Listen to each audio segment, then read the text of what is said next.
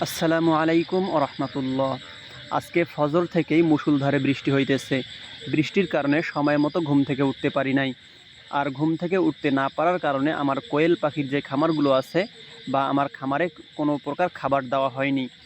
আর কোয়েল পাখি খাবার না পাওয়ার কারণে অনেক চিল্লাচিল্লি করতেছিল, তাই খাবার রেডি করে আগে কোয়েল পাখিকে খাবার দিলাম। খাবার দেওয়ার পরে পানি দিলাম। কোয়েল পাখির পানি এবং খাবার দেওয়া শেষ করার পরে আমার যেই মুরগির খামার ছিল বা আমাদের যেই দেশি মুরগিগুলো আছে সেই মুরগিগুলোকে ছেড়ে দিলাম। মুরগিগুলোকে ছাড়ার পর দেখতেছি কোয়েল পাখিগুলো অনেক সুন্দর করে খাবার এবং পানি খাইতেছে। আর আমরা কোয়েল পাখিকে বর্তমানে কোনো ওষুধ দিতেছি না, কারণ বর্তমানে কয়েকদিন অনেক রোদ যাইতেছে। রোদের মধ্যে যদি আমরা কোনো ভিটামিন বা কোনো কিছু ব্যবহার করি তাহলে পাখির যে লিটারগুলো আছে লিটারগুলো একদমই পানির মতো হয়ে যায়। সে কারণে আমরা বর্তমানে কোনো ওষুধ দিতেছি না কোয়েল পাখিকে। কোয়েল পাখিকে ওষুধ দেওয়ার পরে আমরা কাঁঠাল পাড়ার জন্য আমরা বাগানে চলে এসেছি। কাঁঠাল গাছে এক ভাইকে চড়াই দিয়েছি।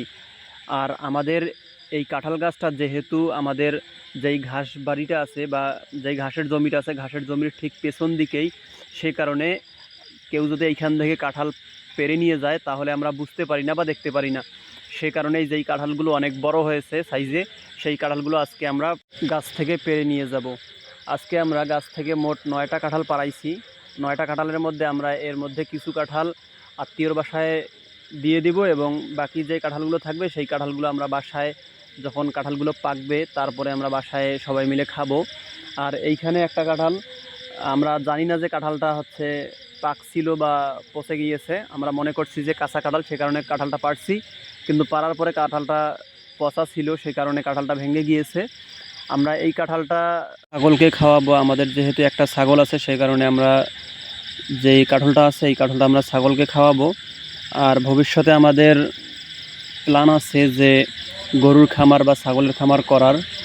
আগে আমরা যেই কোয়েল পাখির খামার বা দেশি মুরগি লাগাইছি এগুলো থেকে দেখি যে আমরা সফল হইতে পারি কিনা বা কতটুকু আমরা সফলতার দ্বার প্রান্ত পর্যন্ত পৌঁছতে পারি, তারপরে আমরা ওগুলোর দিকে মুভ করব। যদি আল্লাহ তাআলা আমাদের খামারে বরকত দান করে তো আমরা ইনশাআল্লাহ অবশ্যই সফলতার পর্যায়ে যাইতে পারবো। সবাই আমাদের জন্য দোয়া করবেন এবং আমাদের খামারের জন্য দোয়া করবেন। আল্লাহ তাআলা যেন আমাদের খামারের মধ্যে বরকত দান করেন। ওমা তৌফিকি ইল্লা বিল্লাহ। আসসালামু আলাইকুম ওয়া রাহমাতুল্লাহ।